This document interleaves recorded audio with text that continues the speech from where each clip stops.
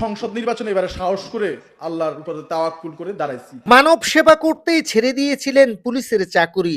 রাস্তার পাশে পড়ে থাকা অসুস্থ মানুষের শরীরে দুর্গন্ধের জন্য যখন কেউ কাছে আসতে চায় না, তখন সেই মানুষটির জাত ধর্ম না ভেবে তাকে প্রাথমিক সেবা দিয়ে হাসপাতালে ভর্তি করান। এবার সেই তিনি সংসদে দাঁড়িয়ে করতে চান মানব সেবা। বলছিলাম মানবিক শকতের কথা। বছরের পর বছর ধরে বেওয়ারিশ মানুষদের নিঃস্বার্থ সেবা করে যাচ্ছেন এই মানুষটি। পৃথিবীর কাউরে ডরানোর সময় নাই, সুযোগ নাই। সাবেক পুলিশ সদস্য শওকত হোসেন এবার আসন্ন ত্রয়োদশ নির্বাচনে নোয়াখালী ৫ আসন থেকে নির্বাচন করছেন। ইতোমধ্যে তিনি মনোনয়ন ফর্ম সংগ্রহপূর্বক জমা দিয়েছেন। তবে তার নির্বাচনী প্রচারণা একটু ব্যতিক্রমী।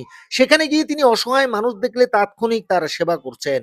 সংশ্লিষ্ট সূত্র জানায়, মূলত বেওয়ারিশ মানুষদের জন্য হাসপাতাল করতেই এই চিন্তা ভাবনা থেকে এমপি হতে চান মানবিক শওকত।